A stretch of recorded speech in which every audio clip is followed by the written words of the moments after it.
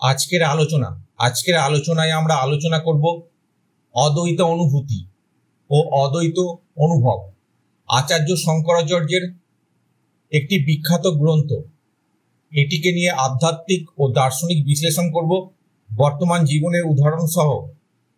অদ্বৈতা অনুভূতি আচার্য শঙ্করাচার্যের এক অনন্য গ্রন্থ, যেখানে তিনি সরাসরি অনুভবের ভাষায় অদ্বৈত দর্শনের মূল অনুভূতিকে প্রকাশ করেছেন। এটি কোনো কেবল যুক্তিভিত্তিক আলোচনা গ্রন্থ নয়, বরং এক ধরনের অভিজ্ঞতার ভাষ্য। এখানে আত্মা ও ব্রহ্ম এক, এই একত্বের যে সরাসরি উপলব্ধি, সেটাই অদ্বৈতা অনুভূতি।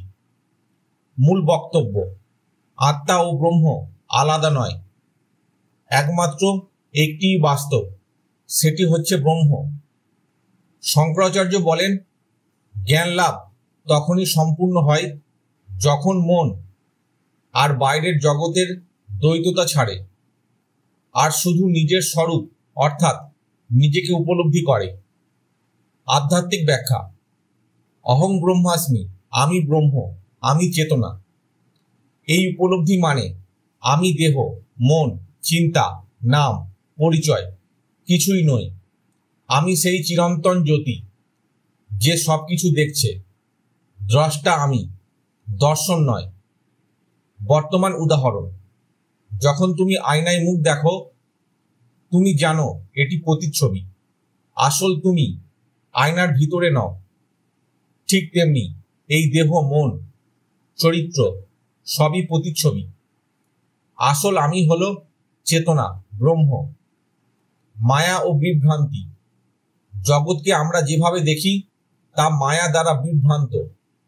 এই বিভ্রান্তি দূর হলে বোঝা যায় জগতের সব নামরূপ একটি সত্তায় নিহিত।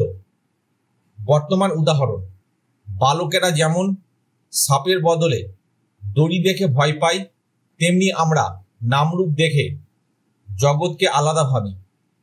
কিন্তু জ্ঞানী জানেন সবই এক চেতনারই প্রকাশ। বস্তু নয়, চেতনাই বাস্তব। বাহ্যিক বস্তু পরিবর্তনশীল, নশ্বর, কিন্তু চেতনা অপরিবর্তনীয়, অজর, অমর। বর্তমান উদাহরণ: তুমি শৈশবে ছিলে, কিশোর হয়েছ, প্রাপ্ত বয়স্ক হয়েছ, এখন বৃদ্ধ হও, কিন্তু আমি যদি অনুভব করছি তিনিই চিরকাল একই রয়ে গেছেন। নির্বিকারে স্থির হওয়া, শান্তি।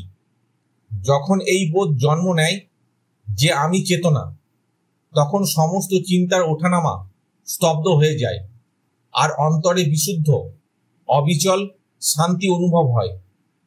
বর্তমান উদাহরণ: মনে করো তুমি কোনো সিনেমা দেখছো, তুমি জানো সবই অভিনয়, তবুও আবেগ জাগে।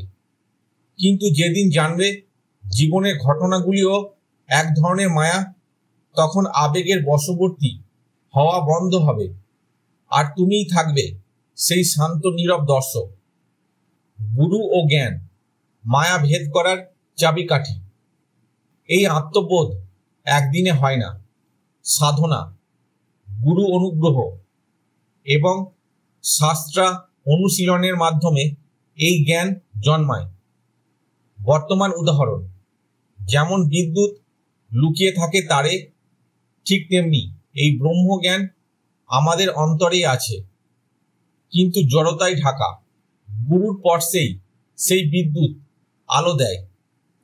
অদ্বৈতা অনুভূতি মানে নিছক বই পড়া নয়, এটা এক প্রকার বোধ, অনুভব। এই বোধ তখনই আসে যখন তুমি নিজেকে সব পরিচয় থেকে ছাড়িয়ে শুধু চেতনা বা সাক্ষী হিসেবে জানবে।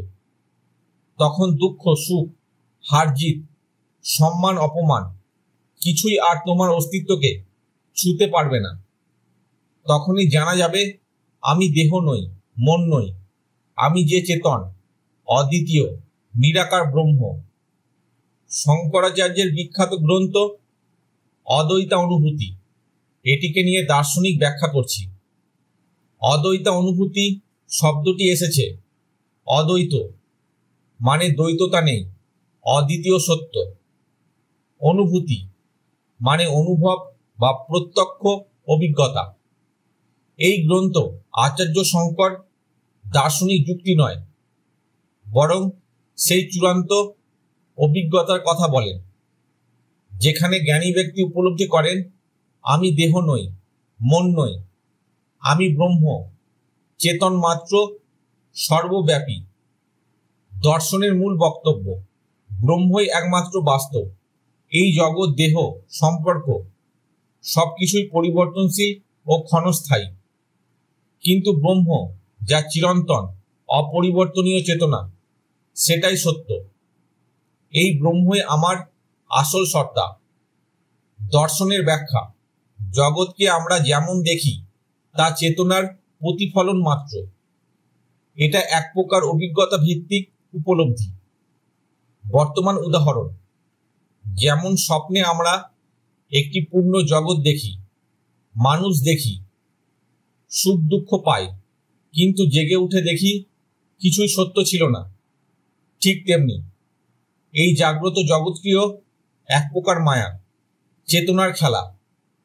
বাস্তবে যা ছিল, আছে এবং থাকবে, সেটি আমি, চেতনা। জীব ব্রহ্ম অভেদ। শঙ্কর বলেন, জীব আমি, তুমি, আর ব্রহ্ম সর্বশক্তিমান, আলাদা কিছু নয়।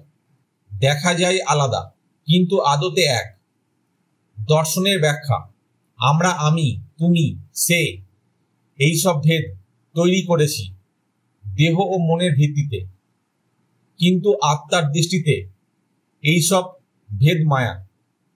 বর্তমান উদাহরণ, ধরো একটা পুকুরে অনেক ঘটি ডুবিয়ে রাখা হয়েছে। প্রত্যেক ঘটির মধ্যে আকাশ প্রতিফলিত হয়েছে। তুমি ভাবছ অনেক আকাশ, কিন্তু আকাশ তো একটাই। ঘটি ভাঙলে বা জল ফেলে দিলে বোঝা যায়। তেমনি আমরা প্রত্যেকে সেই এক চেতনার প্রতিফলন মাত্র। মায়া বিভ্রমের কারণ। মায়া আমাদের ভুল বুঝিয়ে দেয়, যেন আমি দেহ, আমি আলাদা ব্যক্তি। দর্শনের ব্যাখ্যা, মায়ার দ্বারাই সৃষ্টি হয় নাম রূপের পৃথকতা। মায়া মানে সত্যের আড়ালে আবরণ। জগৎ বাস্তব বলে মনে হয়, অথচ তা সাময়িক। বর্তমান উদাহরণ, সন্ধ্যার অন্ধকারে দড়ি দেখে যদি সাপ মনে হয়, তবে আতঙ্ক হয়, কিন্তু আলো জ্বাললেই বোঝা যায় ওটা সাপ নয়। ঠিক তেমনি জ্ঞানরূপ আলো না এলে আমরা মায়ার অন্ধকারে দেহকে আত্মা ভাবি। সাক্ষী ভাববা বা প্রত্যক্ষতা। শঙ্কর বলেন, তুমি যে কাঁদছো, হাসছো, চিন্তা করছো, এইগুলো হচ্ছে মন বুদ্ধি ক্রিয়া, কিন্তু তুমি নিজে এই সবের সাক্ষী। তুমি ভোগ করছো না, দেখছো। দর্শনের ব্যাখ্যা, আত্মা বা চেতনা সর্বদা নির্বিকার। সে শুধু দেখে, প্রতিক্রিয়ায় নিজেকে জড়ায় না।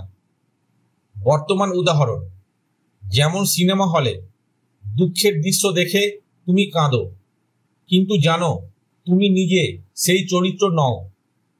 তেমনি জীবনে নাটক চলছে, আর তুমি দর্শক মাত্র।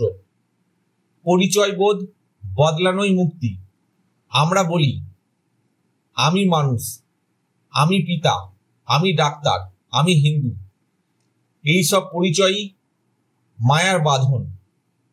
যখন আমি উপলব্ধি করি আমি শুধু চেতনা, কোনো নাম বা রূপের সঙ্গে আমার পরিচয় নেই, তখনই মুক্তি। দর্শনের ব্যাখ্যা, অদ্বৈত দর্শন মুক্তিকে বলে জীব দশাই মুক্তি।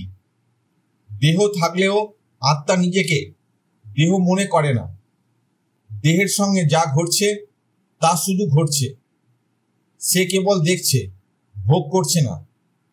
বর্তমান উদাহরণ, তুমি যদি জানো তুমি স্বপ্ন দেখছো, তখন স্বপ্নের ভিতরে আর ভয় পাবে না। এই জ্ঞান তোমাকে মুক্ত করে। তেমনি জাগ্রত জীবনের নাটককে জানলে যে এটা বাস্তব নয়, তখন তুমিও মুক্ত। অদ্বৈত অনুভূতি কেবল জ্ঞান চর্চার বিষয় নয়, এটি চেতনার অভ্যন্তরে প্রবেশ করে সেই অভেদ সত্য উপলব্ধি করার পথ। এই উপলব্ধি মানুষকে দেহ মনের সব সমস্যা থেকে আলাদা করে দেয়। তখন আর সুখ দুঃখ, ভয় ভালোবাসা বাঁধতে পারে না। যখন কেউ বুঝে নেয় আমি সেই চিরন্তন ব্রহ্ম, আমি অদ্বিতীয়, আমি চেতন মাত্র, তখন সে মুক্ত, দেহে থেকেও মোক্ষ। আজকের আলোচনা এখানেই শেষ হলো।